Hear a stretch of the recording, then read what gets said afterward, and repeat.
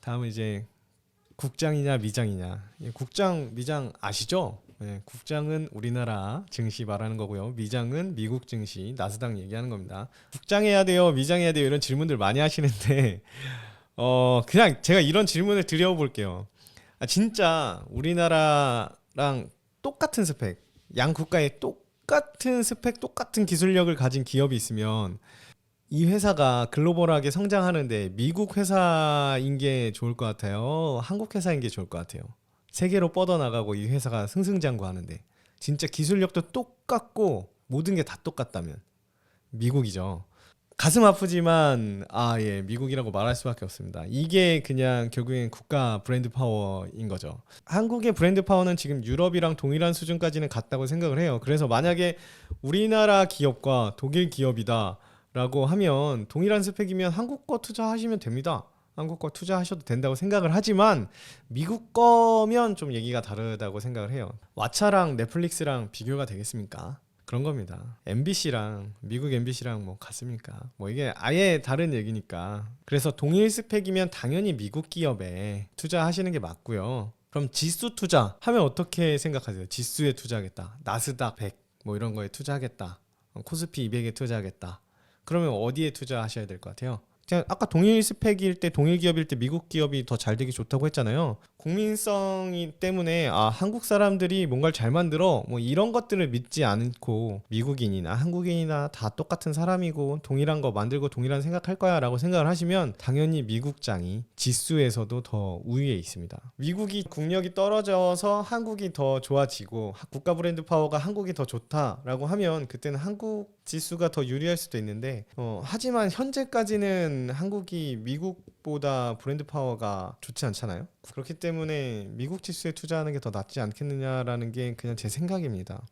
이미 많이 올랐잖아요. 지금 따라가면 될까? 이런 생각은 좀 해볼 수 있어요. 왜냐하면 우리나라가 좀 저평가되어 있는 상황이기도 하거든요. 올해만 뭐 미국이 뭐 30몇 번을 갱신했는데 역사적 최고점을, 우리나라는 역사적 최고점 근처도 못 갔죠.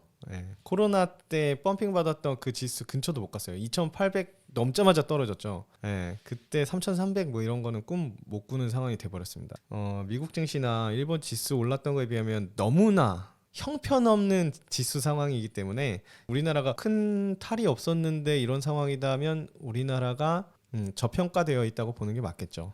그래서 지금 같은 경우에는 국장을 해도 되지 않을까라고 생각을 하지만 요 국장이 이렇게 낮은 프레임을 갖고 가는 게 또 시간이 지나면 저평가되어 있다라는 이 느낌도 사라집니다. 이게 2500으로 쭉 가고 나스닥도 현재 지수로 쭉 가고 그렇게 1년 2년 지나고 나면 이게 저평가되어 있다고 말할 수가 없죠. 평가가 잘못되어 있는 건 다 수정이 되기 마련이고 그러면 한국은 2500이 맞는 지수인 거예요. 그런데 지금은 저평가되어 있다는 시장 의견들이 있고 그리고 실제로 그런 상황들이 벌어졌었으니까 이걸 조정하기 위해 나스닥은 좀 떨어지고 국장은 좀 올라가서 좀 조정을 하지 않겠느냐, 밸런스를 맞추지 않겠느냐 라는 기대는 한번 해볼 수 있을 것 같아요. 그렇지만 일반적인 투자 상황에서는 미국 지수가 더 유리한 건 사실이라고 볼 수밖에 없죠. 뭐 거기에도 100개의 기업이 새로 생기고 우리나라에도 100개의 기업이 새로 생기면 미국에서 새로 생긴 100개의 기업 중에 큰 기업이 나올 가능성이 있지 않겠어요?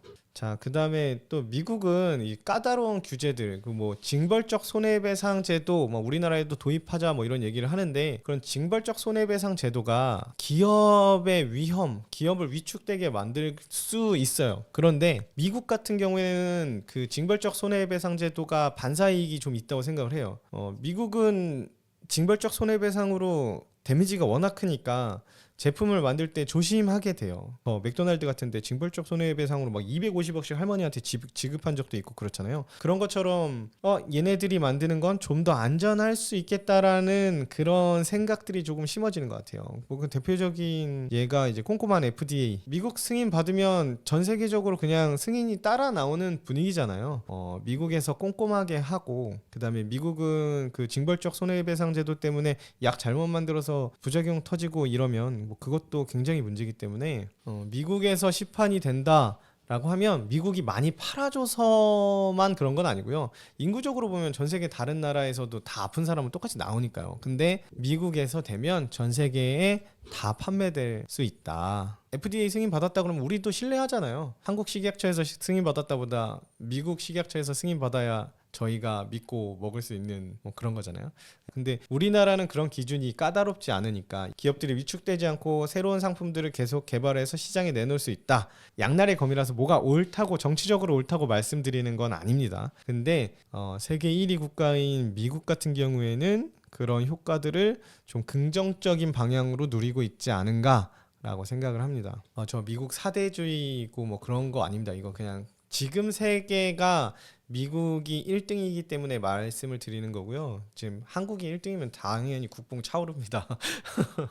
그럼 한국이 1등인 것도 있고요. 그리고 그래서 하고 싶은 말이 이 산업별로 보면 한국이 1등인 게 있잖아요. 뭐 메모리 반도체, 파운드리 뭐 이런 것들은 한국이 1등이니까 그런 산업별로 보면 그래도 브랜드 파워가 있는 그런 기업들이 있습니다. 원자력 하면 한국 막 이런 게 있어요. 메모리 반도체 하면 삼성이 아니더라도 하이닉스도 있으니까 한국 거 메이드 인 코리아 그런 것처럼 그냥 모든 기업을 뽕 넣어가지고 국장을 더 좋게 보면 그 자국 편향주의 뭐 이렇게도 얘기하거든요. 그렇게 보시면 투자할 때 실패하실 수 있으니까 국장이냐 미장이냐는 종목별로 산업별로 테마 보시고 그런 종목이나 산업에 대한 이해가 없으시다면 미국장이 더 나을 수 있다라고 말씀을 드리는 거예요.